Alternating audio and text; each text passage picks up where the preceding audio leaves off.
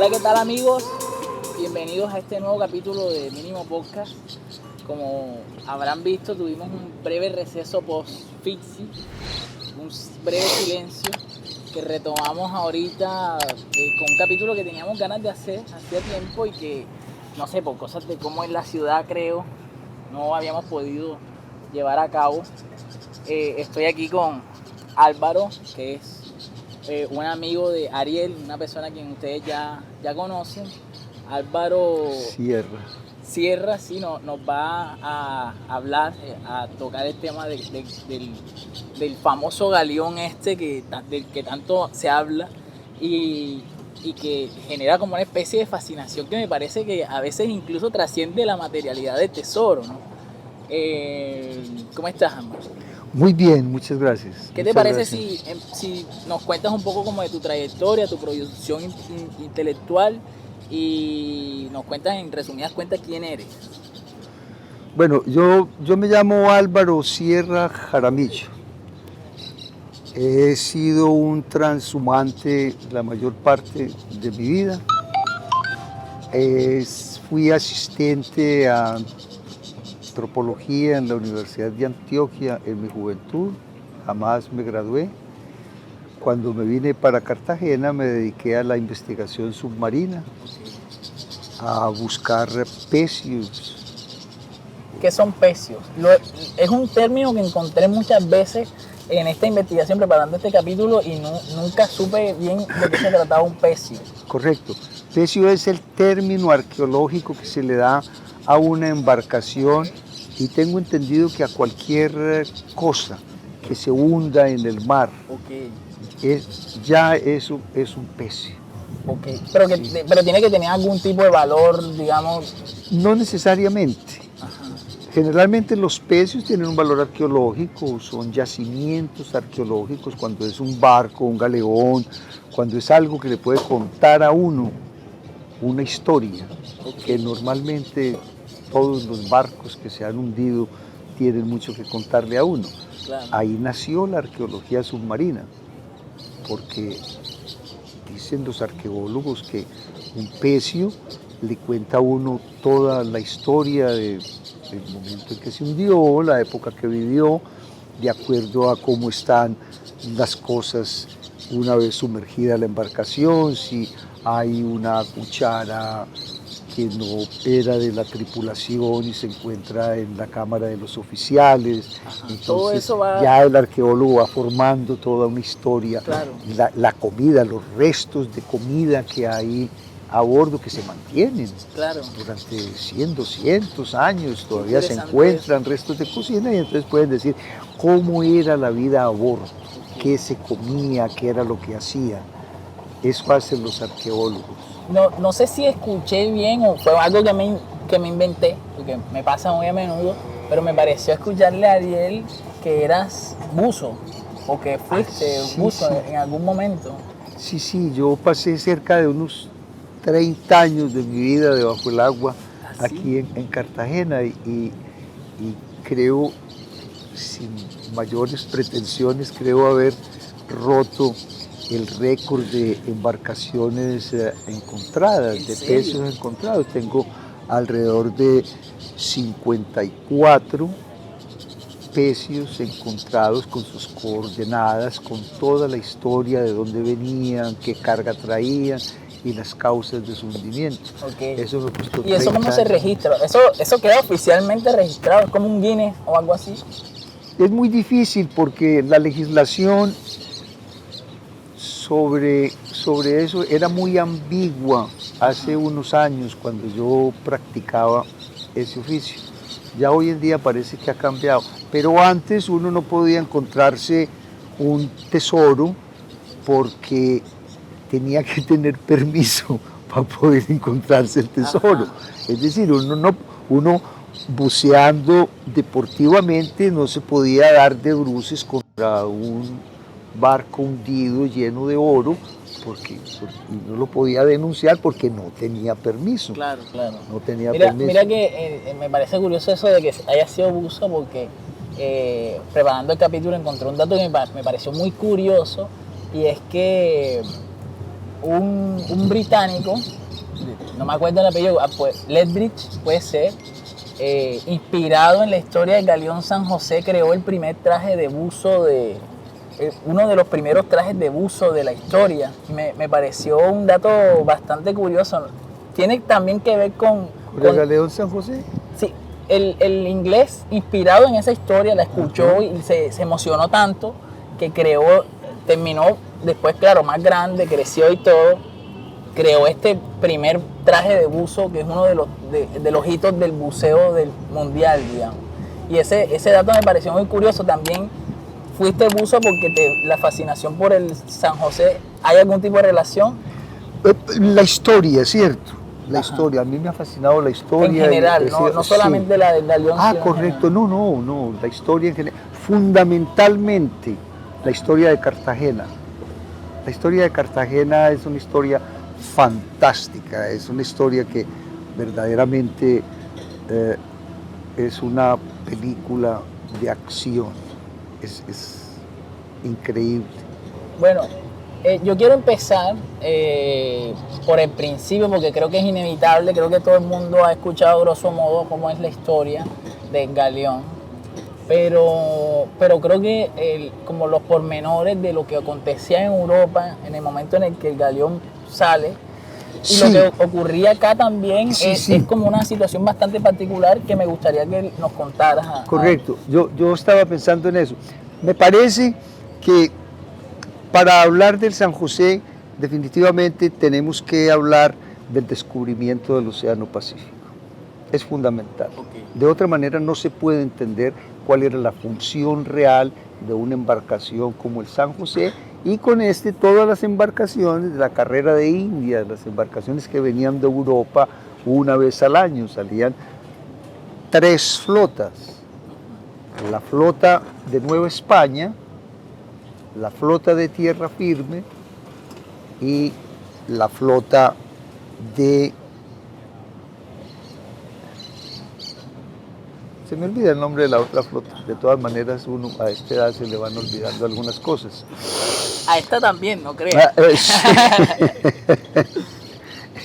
Entonces, esa tercera flota tenía como fin cuidar las otras flotas y patrullar el Caribe, mientras la flota de Nueva España recalaba en Veracruz.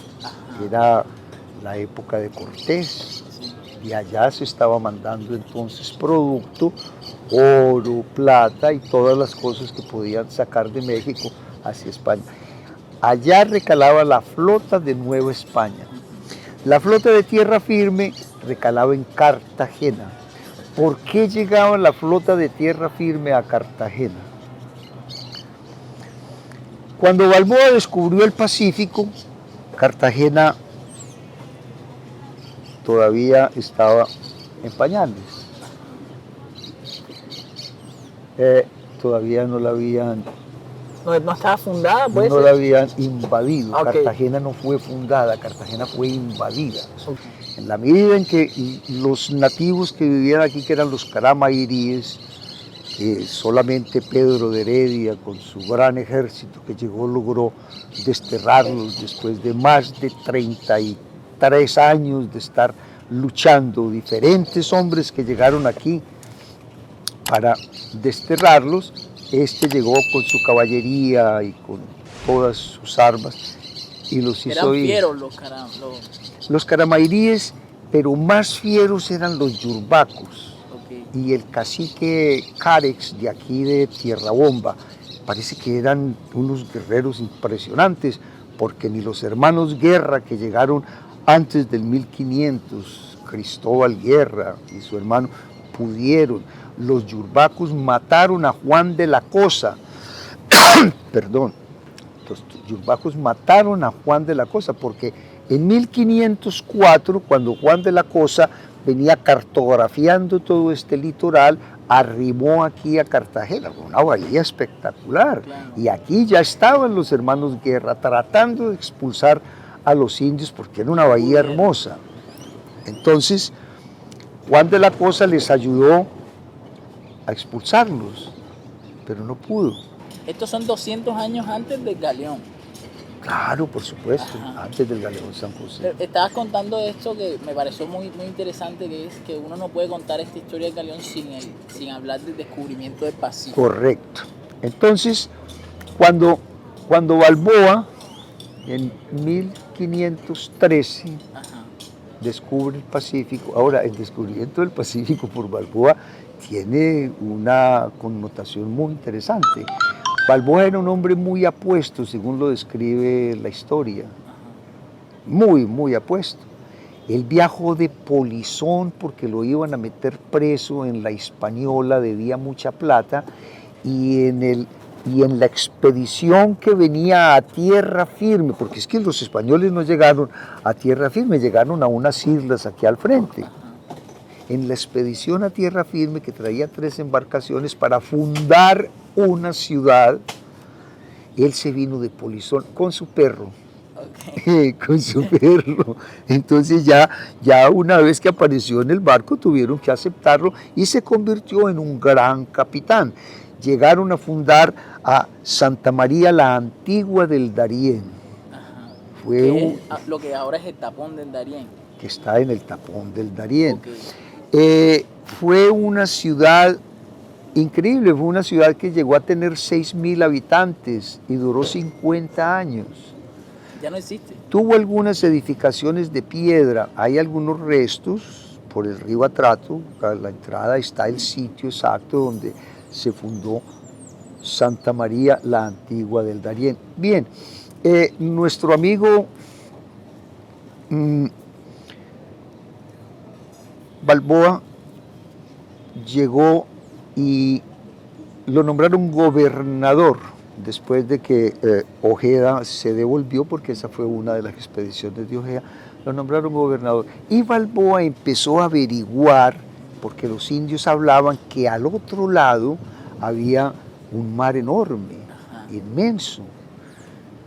Claro, el tapón del Darién está ahí conectado con el Pacífico, con el Océano Pacífico. El Océano Pacífico no existía en la imaginación de ninguno de los sabios, ni los científicos, ni los conquistadores españoles. Okay. No. Juan de la Cosa hizo el primer mapamundi del mundo, el primer mapa del mundo después del descubrimiento, en el año de 1500. E hizo un mapa, porque era un cartógrafo excelente, hizo un mapa perfecto, solo que no aparecía el Océano Pacífico. Estaba el África, estaban las Islas de las Antillas, estaba todo el perfil oriental de América, todo el perfil oriental de América, el Golfo de México y Suramérica hasta aquí, pero el Océano Pacífico no aparecía porque ellos creían que ese era el continente indio. Sí, ellos no sabían que estaba... Claro, ellos no creían que había otro océano allá. Cuando fueron a fundar Santa María la Antigua del Darién se enteraron de ese océano y Balboa aprovechó su hermosura para poder llegar al otro lado. ¿Por qué aprovechó su talante y su figura? Los indios más feroces que se entrometían en su camino eran los indios del cacique Carepa. Carepa tenía una hija muy hermosa que se llamaba Anayansi. Y entonces Balboa decidió conquistar a Anayansi y se casó con Anayansi. Mire usted qué Maquiavelo. Se casó con Anayansi y entonces al ser este conquistador el yerno del jefe de todos los indios, el hombre le dio una indiada enorme para que ayudaran a Balboa a llegar al otro lado donde estaba el mar, un mar inmenso. Algunos historiadores dicen que le dio 7.000 hombres. Yo no creo en 7.000 hombres. En una selva de esa se vuelve un problema caminar. Claro. Pero sí 700 hombres, porque ellos eran cerca de 400 los conquistadores. Cuando llegaron al otro lado, subieron a un morro alto que todavía existe allí, las piedras que ellos pusieron para conmemorar el momento. Desde ahí vieron el Océano Pacífico. Eran, creo que 57 hombres los que llegaron arriba de ese y vieron ese océano. Y al verlo empezaron a recordar todos los cuentos que les echaban los indios de un reino muy grande que había abajo en el sur, que era el reino del Pirú. Era el reino del Pirú, estaba en las montañas del Pirú. O sea que el Pacífico ya tenía algún tipo de relación con este reino que el Pirú es el reino inca, ¿no? Por supuesto. Ajá. Pues los incas tenían comercio con los chibchas, ajá, con los muiscas. Los incas habían construido el famoso camino del Inca, el Tahuantinsuyo, y venían... Que era que como un camino real, lo que se conoce como un camino como lo hicieron los romanos, claro que no de ese tamaño ni nada, pero se recorría desde las estribaciones del sur chileno. Ellos no pudieron, los incas no pudieron conquistar a los araucanos, conquistaron a los mapochos, ajá, pero los araucanos no. Entonces de ese reino de araucanos hasta arriba, hasta el reino de los muiscas, todo eso se lo caminaba, sí, era el camino del Inca. Grandísimo, una cosa impresionante. Increíble. Entonces, pero, bueno, mire usted cómo se van organizando las cosas. Los incas tenían comercio con todas estas etnias indígenas de ahí para arriba, y ya los conocían en el Darién, por el lado del Pacífico, y sabían que era un reino maravilloso. Balboa empezó entonces a imaginarse cómo sería ese viaje al sur. No pudo porque la envidia y todo, terminaron matando a Balboa porque no tenía permiso para ir a descubrir el Océano Pacífico, porque ese que lo quería descubrir Alonso de Ojeda, que era el capitán que había llevado las expediciones. Ajá, pero ¿y quién lo mata? ¿La corona le da una sentencia? Claro, y lo ahorcan. Okay. Y lo ahorcan. Hasta este momento ya tenemos el Océano Pacífico descubierto y sabemos que hay un reino muy grande abajo en el que se comunica con el resto. Ese reino resultó ser un reino enormemente rico. Tenían un emperador que se llamaba Atahualpa. Cuando Pizarro, que fue uno de los 57 hombres que estuvo en el cerro allá mirando el Océano Pacífico y fue uno de los que escuchó las historias de todo ese oro que estaba en el sur, decidió ir a conquistar ese territorio. Recuerda que ellos eran gobernadores de lo que conquistaran. Ajá, ajá. Y entonces Pizarro se fue a conquistar el territorio inca. Claro. Y llegó al Perú. Vino a hacerse rico. Y en llegando al Perú, y el suceso que pasó con Atahualpa, que vino a encontrarlo porque había tenido el mismo sueño que tuvo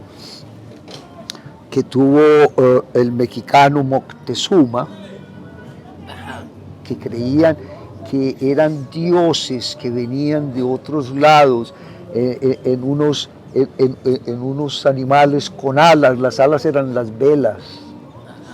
Él había tenido el mismo sueño de Moctezuma. Y a su primo Manco Cápac, que tenía 60,000 hombres ahí listos, armados para expulsar a estos invasores, le dijo: espérate, voy a hablar con ellos. Y fue a hablar con ellos en una comitiva. Él era el emperador.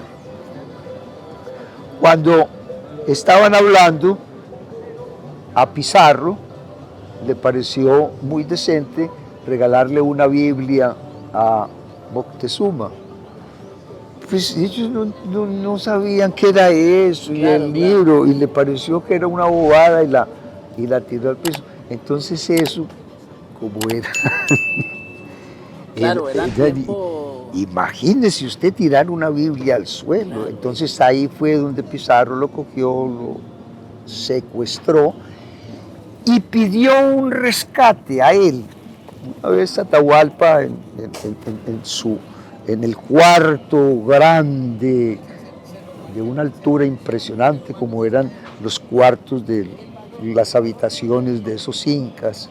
Entonces, Atahualpa, en una conversación con Pizarro, le dice que él sabe que lo que está buscando es oro, que lo que le gusta es el oro, que si lo suelta él le llena todo el recinto de oro, y Pizarro acepta. Y cuenta la historia que se veían las filas de indios bajando por la cordillera trayendo los objetos de oro para llenarle el recinto a Pizarro y poderlo liberar. Bien, con ese rescate, ese fue tal vez el primer cargamento grande de oro que llegó a España después de la conquista. El primer cargamento serio, porque hablan de 3 galeones llenos de oro con el rescate de Atahualpa, que ese fue lo que mandó Pizarro para España. Entonces Pizarro se convirtió en el hombre más famoso en España, el hombre más famoso y rico. Y el hombre más rico, y era el gobernador de un territorio muy rico que habían conquistado. Bien, a los añitos descubren en 1547, en pleno reinado de Carlos V, descubren las minas de Potosí, una montaña gigantesca. Esto es Bolivia. De pura plata. Ajá. La montaña es de pura plata. Entonces se empiezan a fabricar las famosas piezas de a 8. ¿Qué son? Las piezas de 8 reales son unas monedas que son amorfas, no son completamente redondas, unas monedas que se acuñaban en Potosí, en Lima, en México y en Sevilla. Se acuñaron esas monedas. Esas monedas se convirtieron en los dólares del mundo, y se llamaron dólares españoles. Ah, sí, dólar, ya con ese nombre. Claro que sí, señor, dólares. El signo dólar de los españoles, de los americanos, es el anverso de la moneda de 8 reales. La moneda de 8 reales en la parte de atrás tiene 2 torres, que son las torres de Hércules, ¿verdad? Y tiene unas olas aquí debajo. El signo dólar tiene las 2 torres y las olas al revés, como una S. Okay. Esas son olas. Sí. Esas son olas. O sea que el dicho ese de que esto cuesta un Potosí viene de ahí, de ese... Viene de allá, de las minas de Potosí. Eso hizo inmensamente rico el imperio español, que se dedicó a guerrear con todo el mundo. Bien. O sea, se gastó la plata en guerra, básicamente. En guerra, fundamentalmente. Una vez descubierto e instaurado el virreinato de Lima, pasaron muchas guerras, estos conquistadores se mataron entre ellos mismos, se dieron los capítulos de las guerras de Ursúa con el amigo Pizarro, con toda esa gente, y se estuvieron matando entre ellos. Muy extraño, a los conquistadores les decían que todo lo que ellos conquistaran formaba parte de su gobernación, ellos serían gobernadores de sus tierras conquistadas. Pero al ver que era un lugar con tanto oro y tanto, empezaron a mandarles oidores y visitadores. Un oidor es como un contralor, puede ser ahora. Más o menos, y virreyes. Entonces se volvió un arroz con mango y tuvieron una guerra donde se destruyeron casi todos. Bueno, entonces España tenía que ver cómo sacar el oro de ese reino tan grande que había descubierto. ¿Cómo sacarlo? Sacarlo por el Pacífico, el cabello. Me imagino que además, como es un mar recién descubierto, las rutas no se conocían tampoco. Sí. Fue cuando fundaron a Cartagena. Entonces Cartagena, Pedro de Heredia, en 1533 entra y ocupa el poblado de Caramayrí. Lo ocupa porque eran unas chozas muy hermosas, muy bien hechas, y tenía una choza más grande que todas en la mitad, que era donde se reunía el Consejo de los Indios. Ese consejo se reunía para determinar cosas importantes. Entonces no fue fundada, fue invadida. Cartagena fue invadida. No hay un acta de fundación de la ciudad. ¿Qué pasaba? Pues por aquí entraban y traían, iban hasta el Virreinato de Lima y conseguían el tesoro. Desde aquí. Desde aquí de Cartagena. Ajá. ¿Qué sucede? Se traían cosas de España y se mandaban cosas de aquí. El comercio se desarrollaba en Portobelo, que era el sitio donde se hacía la feria. Portobelo es lo que ahora es... Portobelo, en Panamá. Panamá. ¿Eh?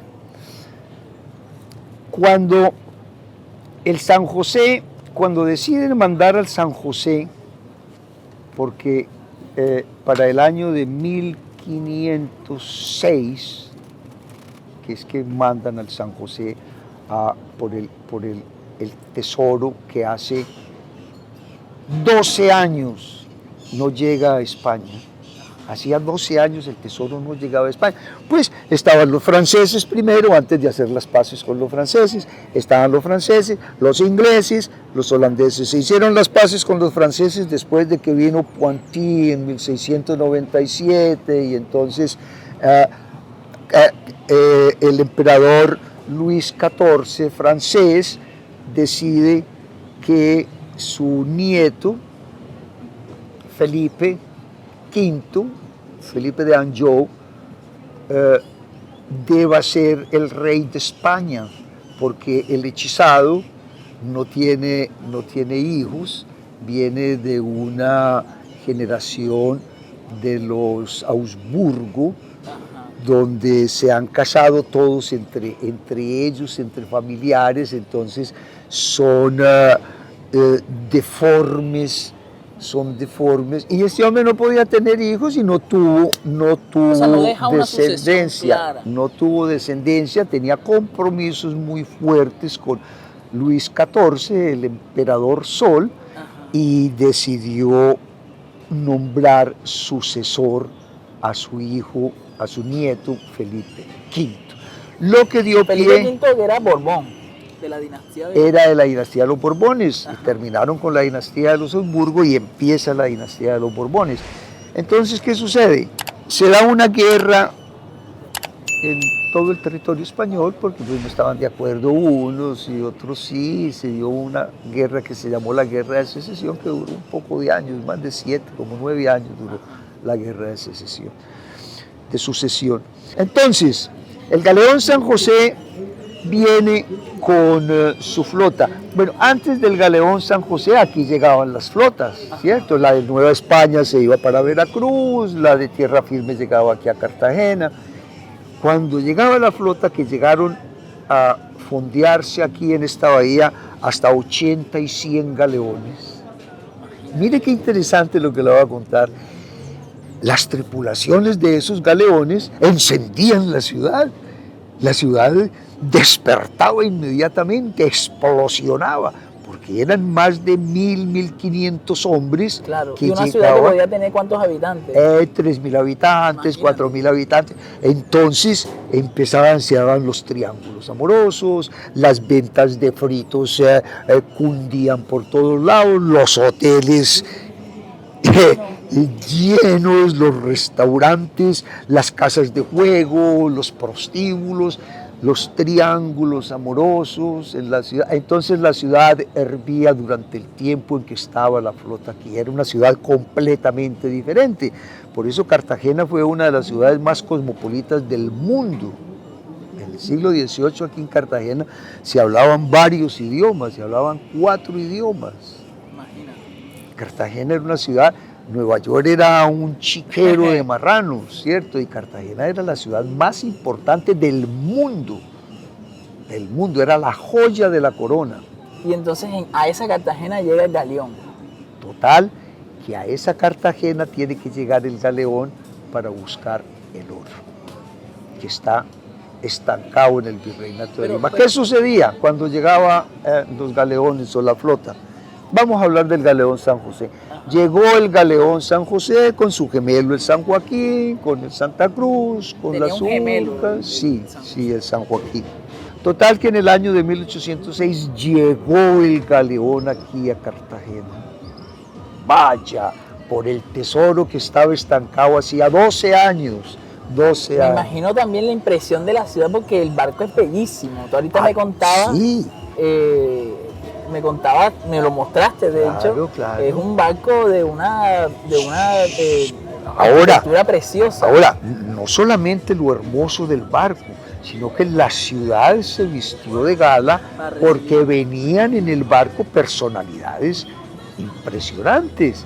No solamente el comandante de la flota, el marqués de Casalegre, el conde de Santillán, ¿cierto? Eran hombres muy importantes y con él venía la gente que iba a quedarse en el virreinato de Lima. Entonces aquí en Cartagena toda esa gente de sombrillas muy bonitas, de vestidos muy elegantes, armaron pues Hicieron su tenderete. su tenderete aquí en la ciudad y fuera de eso las tripulaciones de los barcos, la ciudad se incendió y durante 2 años que estuvo el galeón aquí, esto era una maravilla. Eso te iba a preguntar y que me pareció muy curioso.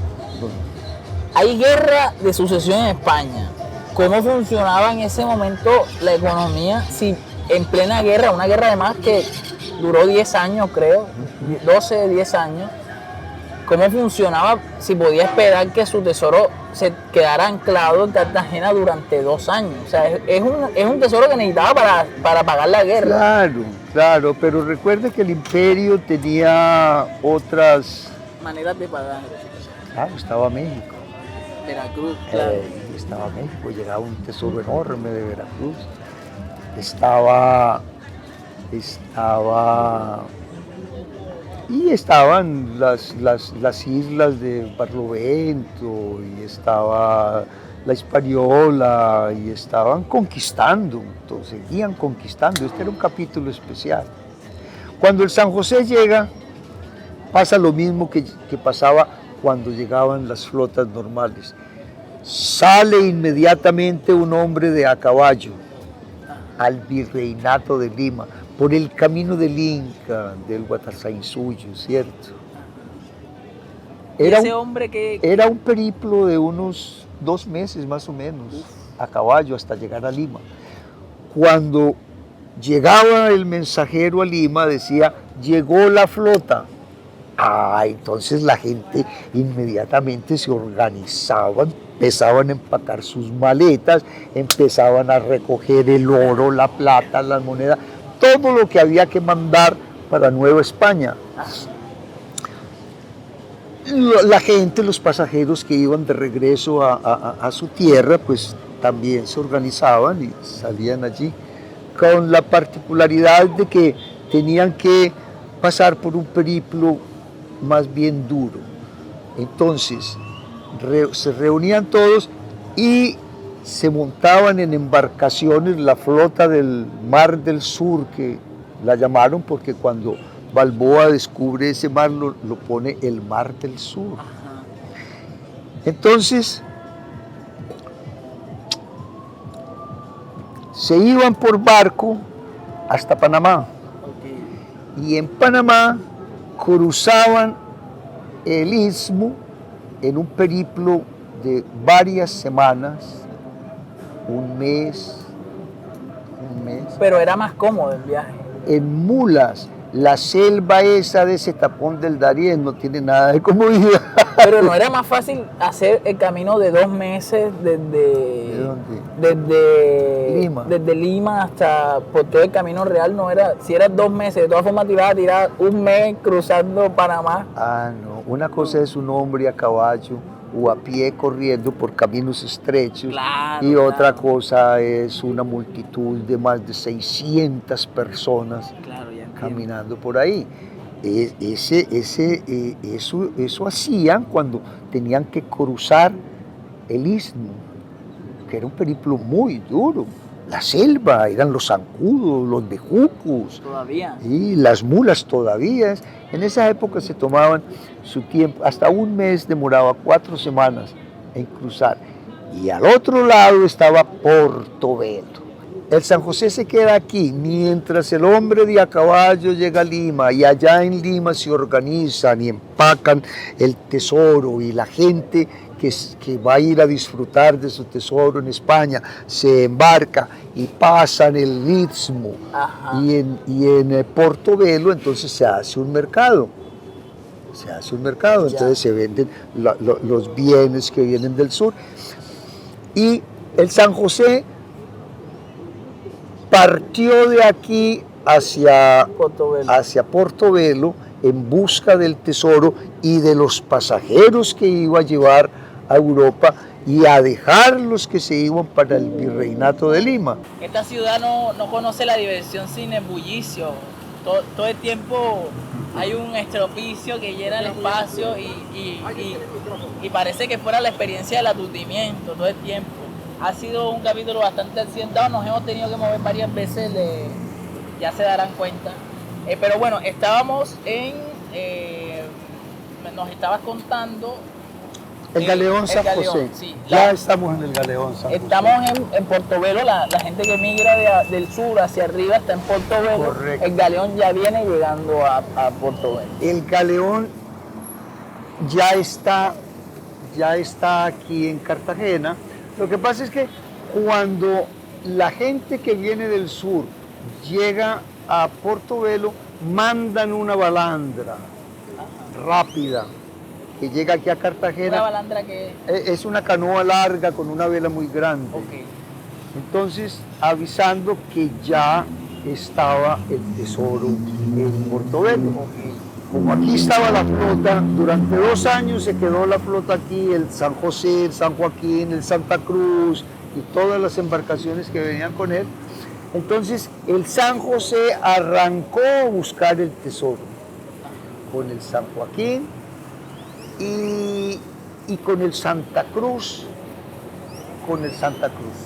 Sí. Fíjate que ahí yo pensé que se había quedado 2 años aquí, lo estás explicando muy bien, menos mal que lo aclaras, porque se da a entender en lo que había leído que esos 2 años habían sido 2 años en que la flota estaba esperando como un ambiente óptimo para partir hacia España, porque ellos sabían que estaba por ahí Wagner. No había llegado el tesoro a Portobelo. Ajá. Se demoraron en Lima 2 años para organizar todo. Bueno, fue que tuvieron que empacar, de acuerdo al soborno que tiene el San José, 11.000 doblones, o sea, 11.000 monedas de oro. Imagínate. Y fuera de quién sabe cuántas piezas de 8 reales. Se dice que venían 200 toneladas en el San José entre oro y plata. Increíble. Más oro que plata, lógicamente. Entonces, cuando el San José parte a buscar el tesoro en Portobelo, que llegó la balandra avisando que ya había llegado el tesoro, el San José golpea un coral saliendo de las Islas del Rosario y se le abre una pequeña vía de agua. Entonces le empieza a entrar agua al San José. Mire qué detalle tan interesante. Cuando están en Portobelo cargando y pues, en plena feria y todo esto, le avisan al comandante de la flota, el marqués de Casalegre, de que la flota inglesa está emboscada esperando a que el galeón salga, regrese a Cartagena con el tesoro. ¿Cómo funcionaban esas flotas que eran como cazadoras de tesoro? Porque tú mismo lo acabas de decir, la coincidencia de Belalcázar, no había GPS, o sea, ¿cómo una flota pirata, digamos, termina encontrándose? Interesante, yo todavía no entiendo. Bueno, siguiendo en ese contexto, el San José, entonces, decide el marqués de Casalegre, dice, no, pues vámonos para Cuba, vámonos directo para Cuba, de aquí para La Habana. Pero el contramaestre les dice, no señor, Esa vía de agua está muy grande en estos momentos y hay que repararla. Aquí en esta calle Aquí en este mar que estábamos viendo. habían astilleros, Ajá. los astilleros reales. Me Entonces, imaginé, por eso era la idea de que se viera la bahía. Ajá. Entonces deciden venirse, dicen, bueno, el conde de Santillán o el marqués de Casalegre, que esos eran sus títulos, dice, pues vamos a enfrentarlos, ¿cierto? Tenemos el mismo poder de fuego. Aquí estaban los ingleses, estaba el Expedition con Wagner al mando y era un barco que tenía 70 cañones, tenía los mismos 40 metros de eslora del San José, los mismos 11 metros de manga, tenía las mismas dimensiones, estaban en igualdad de condiciones y ahí estaba el San Joaquín y el conde de Casalegre dijo, tenemos el mismo poder de fuego, vamos a enfrentarlos, ¿cuál es el problema? ¿Sí? Pero era una armada grandísima la que mandaron a proteger ese tesoro. No era tan grande. Los únicos buques de verdad, en serio, que podían enfrentar una batalla eran el San José, el San Joaquín y el otro que les dije, ¿cómo se llama? Y el Santa Cruz. Y el Santa Cruz. Los otros eran balandras que tenían 2 o 3 piezas de artillería, no tenían un poder de fuego como para enfrentarse. De todas maneras, la flota inglesa tampoco tenía más barcos. Cuando salieron de Portobelo hacia las islas de San Bernardo, donde pernoctaron, las islas de San Bernardo es el archipiélago de San Bernardo, donde está Isla Múcura y eso. Claro. Ahí llegaron y pasaron una noche hermosa, estrellada, divina. Eso está en la bitácora. Sí, eso está en la bitácora. Era la noche más estrellada, un cielo hermosísimo.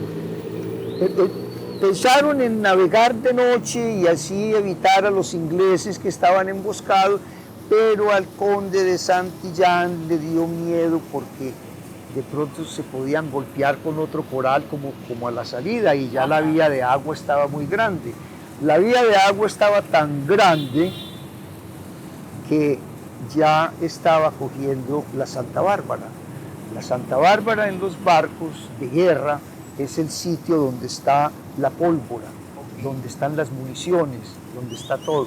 En los galeones la Santa Bárbara era donde iba la pólvora. Para evitar que se mojara la pólvora, y esto es de mi producción, porque yo fui marino, sigo siendo marino, entonces tuvieron que haber desocupado la Santa Bárbara y tuvieron que haber repartido la pólvora en diversos sitios del barco. No pudieron llevar toda la pólvora a un solo sitio. Eso explica lo que pasó a continuación. Le voy a contar. Entonces, en la batalla, cuando se dio la batalla, al otro día cuando salieron, iba el Santa Cruz adelante, detrás venía el San José, cuando divisaron la tropa inglesa. El viento venía a favor de la flota española. Eolo estaba de plácemes con ellos y los llevaba muy bien. Pero Eolo es un dios caprichoso y de pronto les volteó la brisa y se las dio a los ingleses y entonces se quedaron aquí parados y los ingleses llegaron y el San José no tuvo otra sino hacerles frente. Le tocó hacerle frente. A las primeras de cambio, el San José había hecho una andanada. Una andanada es el disparo de toda una banda de cañones, ¿cierto? Había hecho una andanada cuando... Para hacerlo más gráfico, yo entiendo que esos son barcos que para atacar se ponían en posición... de combate, sí. Claro, tenían sus reglas, sus normas, sí, sabían cómo pero hacerse. Quiero decir como que no es como que atacan de frente, obvio, porque... No, tenían que presentar los costados, que es por donde estaban las bocas de los cañones, ¿cierto? Entonces, si por ejemplo tenía 70 cañones, eran 35 y 35, sí, ¿no es así? Sí, sí. claro que distribuidos en día 10, ¿cierto? Porque eran varias cubiertas, Entonces, los testigos dicen que hubo una explosión muy grande, hubo una explosión muy grande con un ruido de lamentos impresionante, porque eran 600 y pico de almas que se estaban hundiendo en ese momento. Se hundió, dicen los testigos presenciales, en lo que se reza un credo. Así es, esa es la figura. Así lo escriben. Claro, eso lo dicen los ingleses. En lo que se reza un credo. Se hundió en lo que se reza un credo. Y las chispas de la explosión le quemaron todo el velamen a la Constitution, al Expedition, que fue el buque que lo hundió. Yo no creo que lo haya hundido, sino que una chispa en el mismo San José, prendió una parte donde estaba almacenada una parte de la pólvora, no toda la pólvora que llevaba el San José, porque lo habría hecho explotar en 1000 pedazos. El San José no explotó en 1000 pedazos, el San José se partió en 2 pedazos. La carga explotó cerca, en las inmediaciones de la proa, en un lugar que nosotros llamamos las Amuras. Por favor, explíquele lo que es la mura al Señor. Una mura es la parte curva. La parte de adelante o de al lado. No, la parte curva en las inmediaciones de la proa. Como decir el guardabarro. Ok. Como decir el Esa es la guardabarro parte delantero curva. de un carro. El guardabarro No, hay amura de Eso, de esa- amura de estribor. Esas son las Amuras. Entonces, seguro tenían pólvora almacenada ahí y explotó esa pólvora en el candelero, de las Claro. explosiones y todo eso. Entonces se hunde en lo que se reza un credo, qué expresión tan precisa. Claro, sobreviven esa noche porque la batalla empieza en el momento en que ni es de día ni es de noche. Apenas está así. Y sobrevivieron esa noche, rescataron 11 náufragos. De 600 y pico. Sí. Y al otro día encontraron 2 agarrados del palo trinquete del buque. El palo trinquete es el que va en las inmediaciones de la proa. Ok. El palo mayor es el que va en la mitad y el palo mesana es el que viene atrás. Ok. Entonces, ahí donde, con el palo trinquete, ahí explosionó. No, esto que me cuenta me parece increíble. Este, Sobre todo porque mira que a uno se le olvida que el mar Caribe tiene más o menos el mismo tamaño del Mediterráneo. Y eso me recuerda a esta expresión de Hegel, un pensador, un filósofo que decía que la historia viajaba desde el oriente hacia el occidente y que por tanto Europa era el final de la historia. Y me hace recordar también esta frase de Dussel que siempre, creo que ya le he dicho aquí varias veces, que él dice que en realidad el epicentro de la modernidad sucede en el Caribe, en el mar Caribe, es decir, el encuentro entre 3 mundos, porque sucede esta triangulación entre Europa, América, África, ¿no? Pero además es que ese patrimonio histórico está ahora mismo, lo podemos encontrar sumergido en ese barco, porque casi que toda la historia de América está ahí, desde Bolivia, desde más abajo de Bolivia hasta casi todo ahí.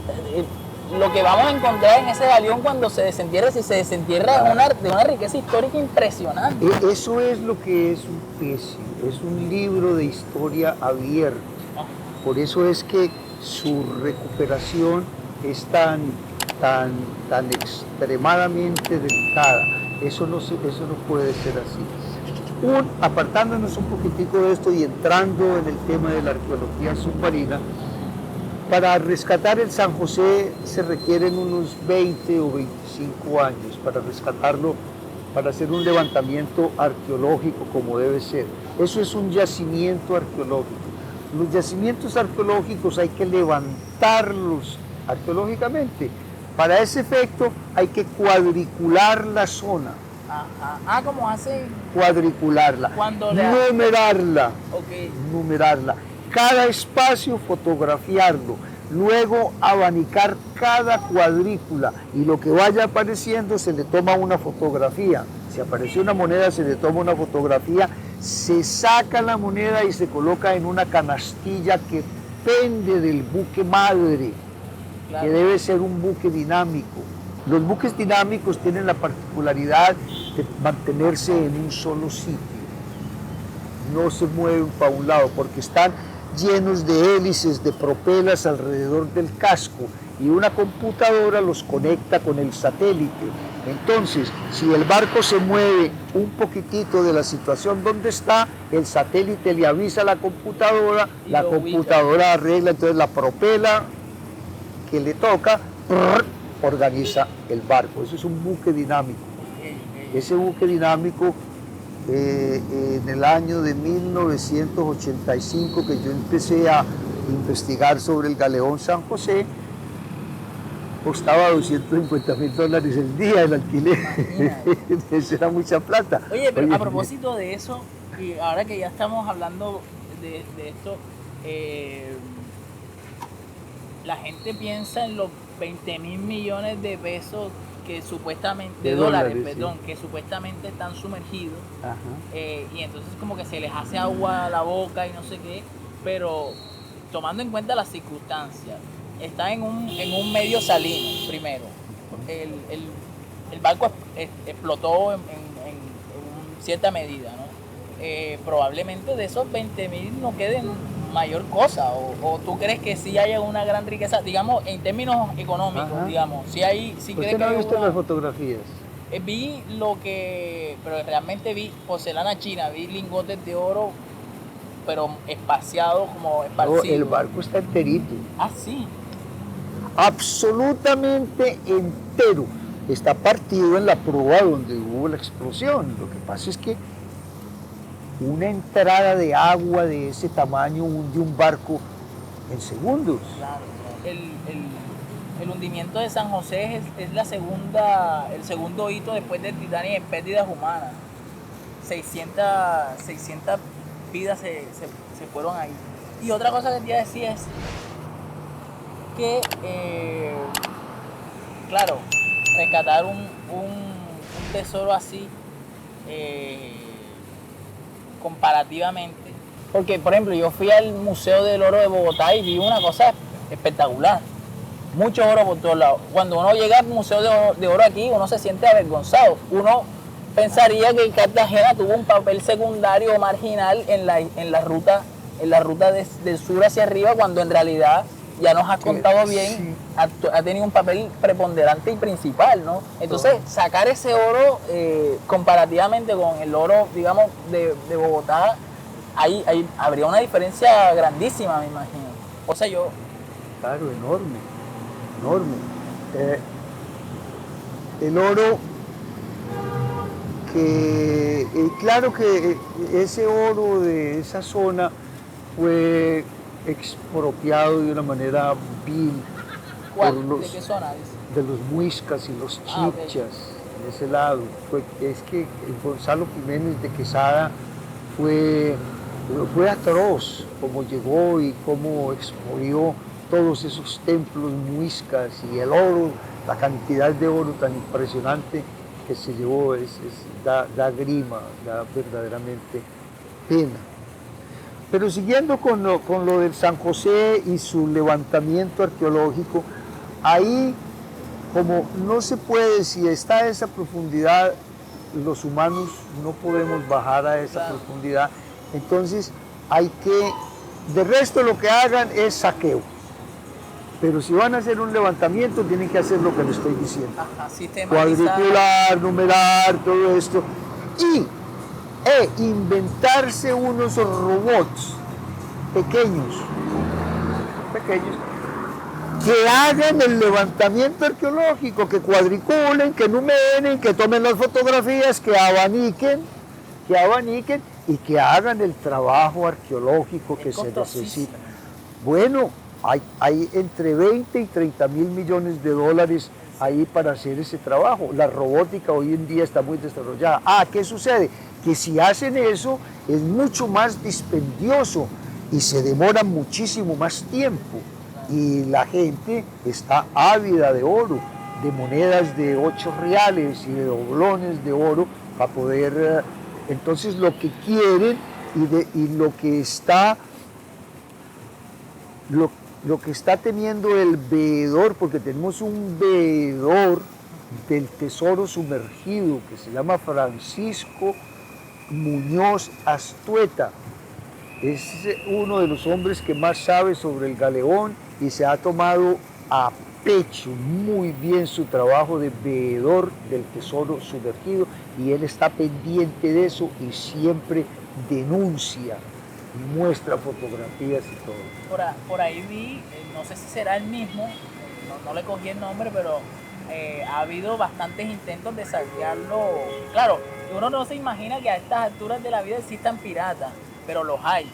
Gente que aprende a burlar radares y que parece que han tratado de acceder al San José, al tesoro. Bueno, lo cierto, para no especular, es que el hombre, inicialmente el San José fue descubierto por una compañía que no recuerdo su nombre y le vendió sus derechos a la Sea Search Armada.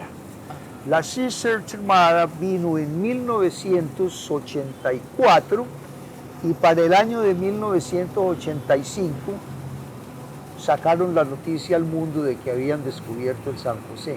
En realidad lo que vinieron fue a darse una fiesta de 20 millones de dólares los muchachos que dijeron que habían encontrado el San José, pero aparentemente no encontraron nada. Sencillamente fueron al sitio que dice la historia, porque la historia da las coordenadas más o menos de dónde se hundió. Es muy sencillo. La gente que vio el hundimiento eran marinos y los marinos saben tomar posiciones por estima. Las posiciones por estima no necesitan de GPS, ni de sextante, ni nada, sino que allá hay tierra y allí hay una punta, y yo estoy aquí, eso me tiene que hacer un ángulo de alguna manera. Claro. Esas son las posiciones por estima, entonces bien que mal se sabía dónde estaba el San José. Estos muchachos reunieron 20 millones de dólares con gente que aportó, porque la historia es muy linda y las ilusiones muy grandes de todo ese tesoro que había, y vinieron y se dieron la gran vida aquí durante un año. Como el hermano de Fray Bartolomé. La vaina. Entonces el gobierno le creyó, Belisario Betancur, entonces dijo que sí, que eso era, que había que hablar entonces cómo, y les dieron el 50% los bobitos del gobierno a esa empresa y firmaron de que entonces ellos sacaban eso y se quedaban con el 50%. Después se patraciaron, después se echaron para atrás y dijeron que no, y se dieron en un litigio. Lo que entiendo es que se echaron para atrás diciendo, claro, porque después se dieron cuenta que las coordenadas que habían dado ellos no eran las coordenadas donde estaban. Claro, además era un sitio muy amplio, claro. Era un sitio muy amplio. Ya para ir cerrando, Álvaro, ¿tú cómo ves el futuro de esta situación? Digamos, ¿tú crees que va a ser una exploración in situ? ¿Crees que hay gente que piensa que sacarlo es una arbitrariedad, ¿no?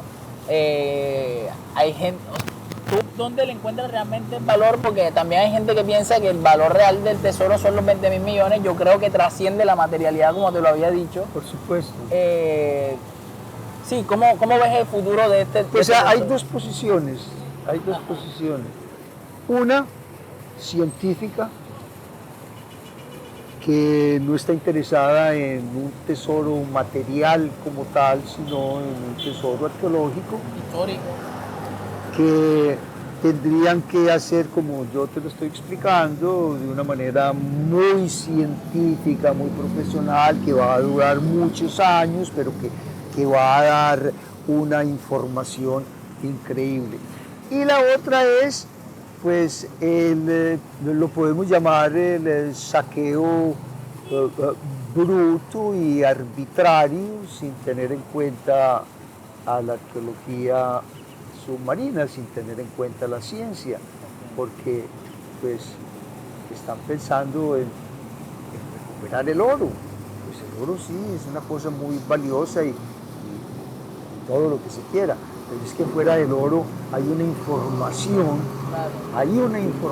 histórica muy grande en el barco, una información que requiere de un trabajo muy dispendioso, muy tecnológico, muy científico. 25 años, dijiste. Yo creo que en unos 25 años ya se ha podido rescatar el galeón, se ha podido hacer un museo muy lindo y seguramente vamos a tener cosas espectaculares que nos digan el galeón, ¿cierto? Que nos saque del margen de la historia de la ruta del oro, ¿no? Sí, eso fue muy importante. Y ya la cuestión legal y ese tipo de cosas, podríamos hablarlo en otra ocasión. Exacto. Yo tengo muy buena información porque mi amigo Francisco, el veedor, es amigo tuyo. amigo personal, sí. Bueno, vas a tener una charla dentro de 15 días. Sí, señor, sobre San José. Sí. Y de paso aprovechamos e invitamos a la gente para que Bueno, vaya. señor, bueno, claro que sí, todavía. ¿Dónde va a ser? En la biblioteca del pie de la popa, está en la avenida que pasa por el La del lago. la avenida del lago, gracias. Ya sí. dije 15 días, pero cuando saque este capítulo seguramente serán 7 días. Ajá, bueno. A partir de... Bueno, ese señor, yo les muchas aviso. gracias, Álvaro. Con mucho gusto. Me ha gustado mucho conversar contigo. Gracias, mijo, Estaremos con mucho gusto. pendientes ahí para otras conversaciones. Claro que sí, mijo, con mucho gusto. Muchas gracias, Con gente. mucho gusto. Ya saben, suscríbanse. Hasta y luego. sigan. Espero Y que les comenten. haya gustado. Sí. Después hablamos de fútbol. De fútbol. Hombre, claro que sí. Ay, tranquilo, muchas gracias.